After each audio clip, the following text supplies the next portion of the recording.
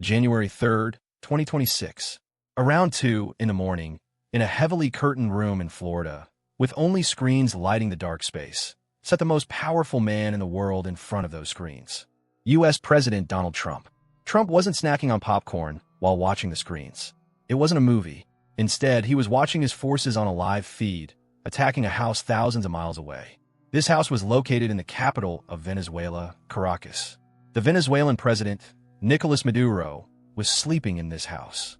In his deep sleep, he was completely unaware that he was about to be kidnapped in a few minutes. A while ago, American helicopters, flying merely 100 feet above the ocean, had entered Venezuelan territory. These helicopters were so close to the water that they weren't detected on radar. In a cyber attack, the power supply to Caracas had been disrupted earlier. The city was engulfed in darkness. And then the Delta Force commandos rappelled down from the helicopters using ropes right onto the roof of Maduro's house. Without making much noise, they entered the bedroom through the window.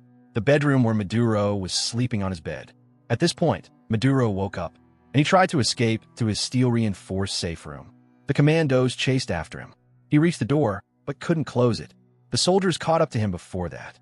Within 5 minutes, the Venezuelan president was captured by American forces.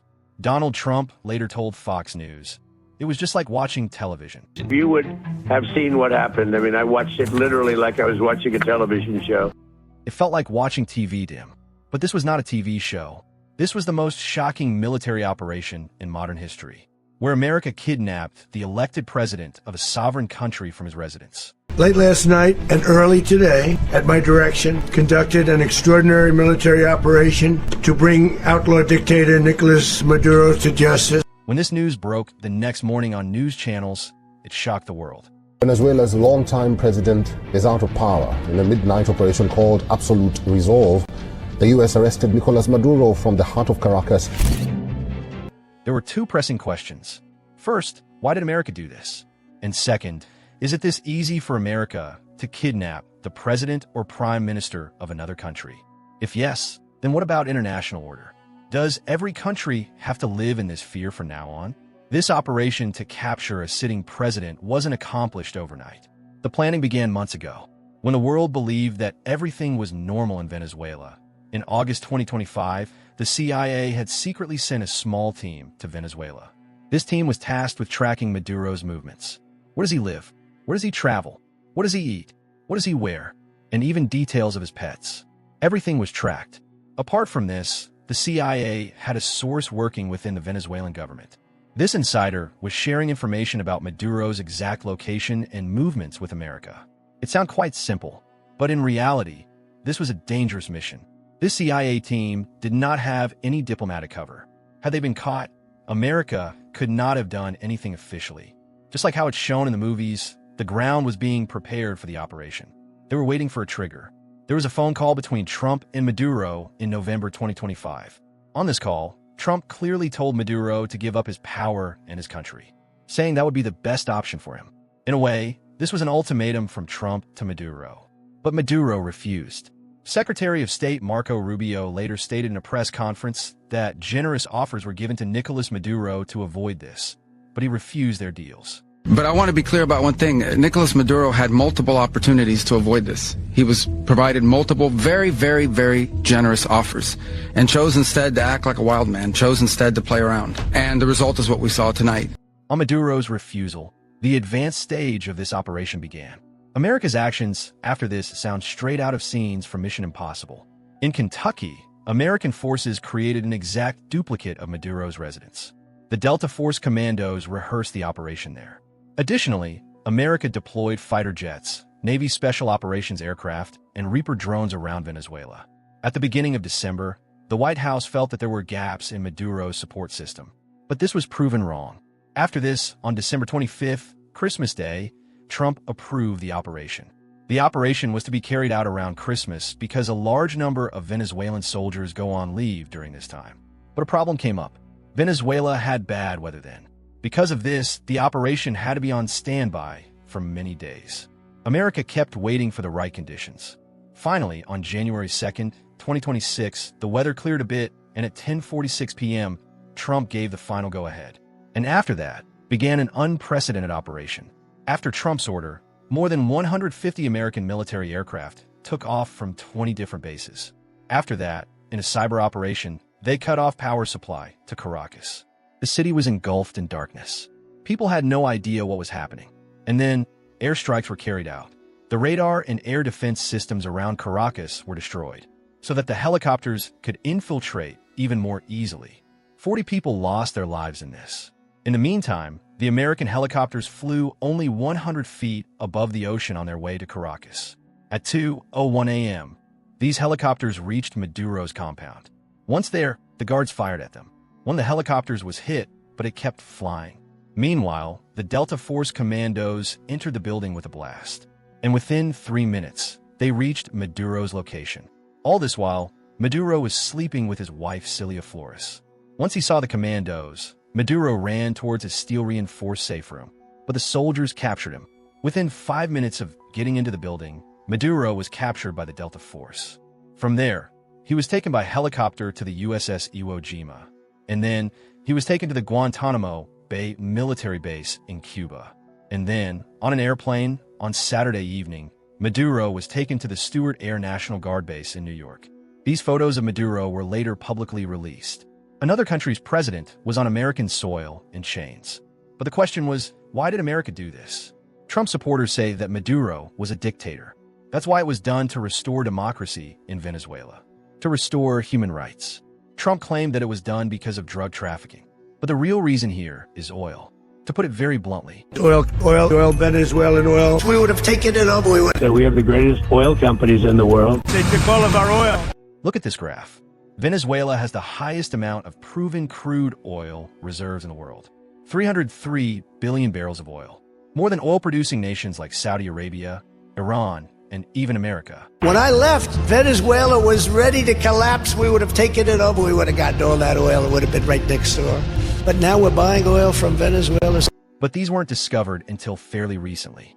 Oil was discovered in Venezuela in 1922, and by 1929, Venezuela had become the second largest oil producer in the world. After this, American oil companies started operating in Venezuela on a large scale. Everyone wanted Venezuelan oil, because Venezuelan oil is a little different. It is heavier and more sour than the rest. It's used to produce diesel, asphalt, and fuel for factories. While the crude oil produced in America is said to be light and sweet, it's used to produce gasoline primarily. By the 1970s, most American refineries were built for Venezuelan oil. Then in 1976, Venezuela established its own oil company, PDVSA. Until then, America had no problem with Venezuela. In fact, in 1963, President John F. Kennedy called the Venezuelan president America's best friend in South America. The problems began in 1999 when Hugo Chavez became the president of Venezuela. And in the 2000s, he nationalized the oil industry. In 2001, he passed the Organic Hydrocarbons Law. This law declared state ownership over all oil and gas reserves in Venezuela. This meant that the American companies had to leave the country. Arreglémoslo nosotros mismos, colombianos, venezolanos, ecuatorianos, sentados en paz y como hermanos que los somos. You need to understand that in America, government policies are often guided by billionaires. These companies pressured President George Bush to take action against Chavez. The Bush administration made it clear it is happy with a change in leadership in the country responsible for 15% of America's oil imports. After that, in 2002, America tried to engineer a coup in Venezuela, tried to overthrow the government. But this coup failed. That 2002 coup wasn't America's last attempt. In 2019, during Trump's first term, the U.S. tried again. Trump and his administration recognized Juan Guaido, the head of Venezuela's National Assembly, as the legitimate president of Venezuela, even though Maduro had won the election. It didn't matter that Guaido had never run for president. America simply declared him president. Dozens of countries followed America's lead and recognized Guaido. The U.S. froze billions in Venezuelan assets and handed them to Guaido. They organized aid convoys at the border, hoping the military would defect. But it failed. The Venezuelan military stayed loyal to Maduro. Guaido's support collapsed. By 2023, even Guaido's own opposition coalition had abandoned him. So when that didn't work, Trump tried a different approach this time. Why bother with coups when you could just send in Delta Force? Now, strictly speaking, Venezuela is a sovereign, independent country. If its leaders and the government decide to nationalize Venezuelan oil and don't allow American oil companies to carry on business there, then it's their choice. But because the American government is a puppet of the corporations, it could not tolerate this. This is why in 2005, America imposed sanctions on Venezuela. They're still in place. In 2013, Chavez passed away and Maduro came to power. Now, to be fair, Maduro's governance has been disastrous for Venezuela. This is important context. When Maduro took power in 2013, Venezuela was already struggling. But under his leadership, things got dramatically worse. He appointed political loyalists rather than experts to run PDVSA, the state oil company. Corruption exploded. Maintenance was neglected. Production collapsed. PDVSA, which once produced 3.5 million barrels per day in 1990s, fell to barely 500,000 barrels per day by 2020. Equipment broke down. Oil fields were abandoned. Skilled workers fled the country. This wasn't just because of sanctions. Those sanctions made it worse. This was gross mismanagement. Maduro treated PDVSA like a personal piggy bank, siphoning off billions while the infrastructure crumbled. The result? Venezuela, sitting on the world's largest oil reserves, experienced hyperinflation reaching 1 million%. The economy shrank by 80%. More than 7 million Venezuelans, a quarter of the population, fled the country. Maduro's authoritarian tactics got worse too. He jailed opposition leaders, rigged elections, and cracked down on protests. By any measure, he became increasingly dictatorial. So yes, Maduro is a terrible leader who ran his country into the ground. But here's the key question. Does that give America the right to invade a sovereign nation and kidnap its president? Does bad governance justify colonialism? Because if we accept that logic, then dozens of countries could be invaded tomorrow. And who gets to decide which leaders are bad enough to justify military action? In 2019, during Trump's first term, Venezuela's national oil company PDVSA's crude exports were blocked. America pressured other countries not to buy oil from Venezuela. Today, Venezuela produces only 1 million barrels per day, which is only 0.8% of global production.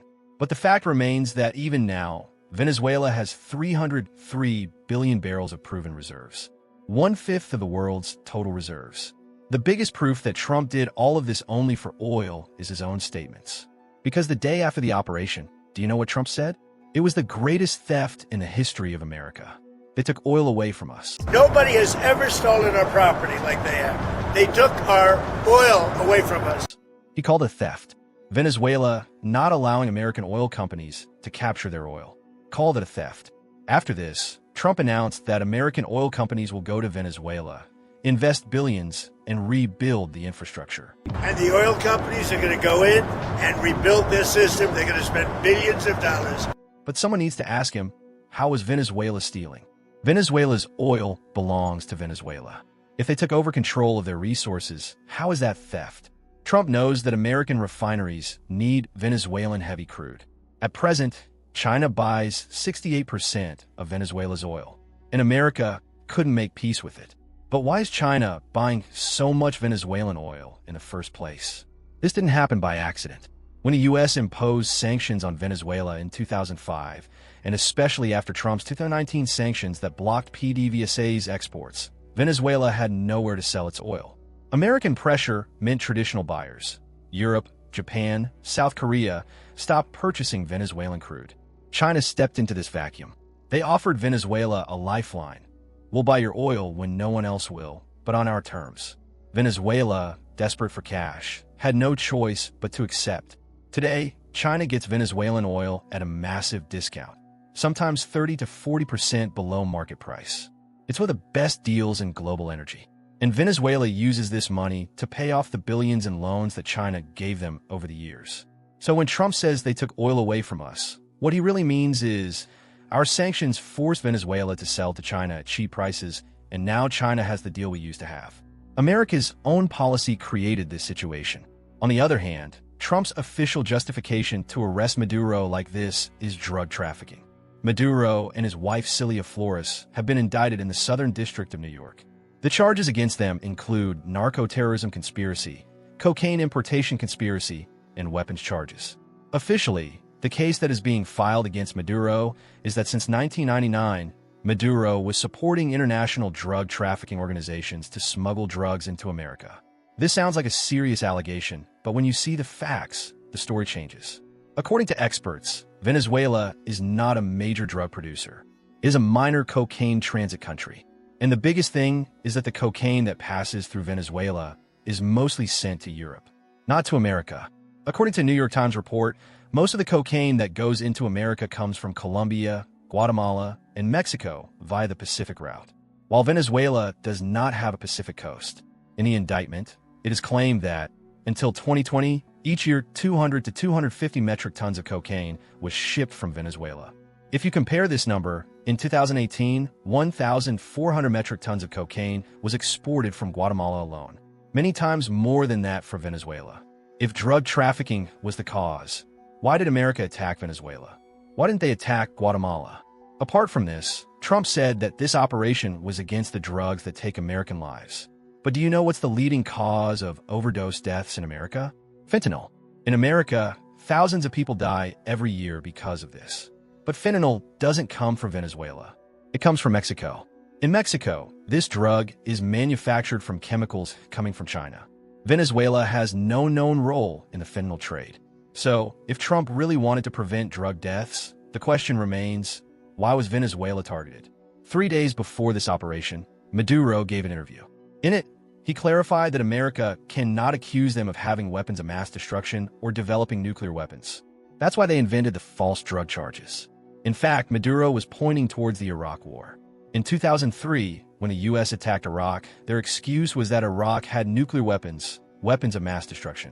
That's why the attack was necessary. Weapons of mass destruction. Saddam Hussein and his sons must leave Iraq within 48 hours. Saddam Hussein and his sons must leave Iraq within 48 hours. But the truth was that Iraq never had nuclear weapons. Millions lost their lives in this war. Maduro said that the drug trafficking accusations on Venezuela are just as baseless.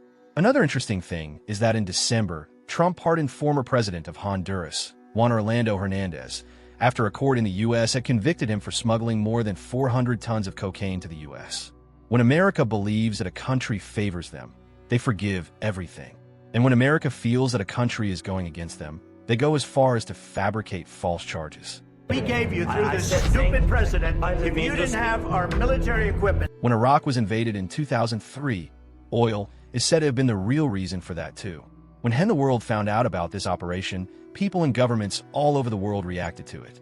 Brazil, Chile, Colombia, Mexico, Spain, and Uruguay issued a joint statement that this is a dangerous precedent for a rules-based international order.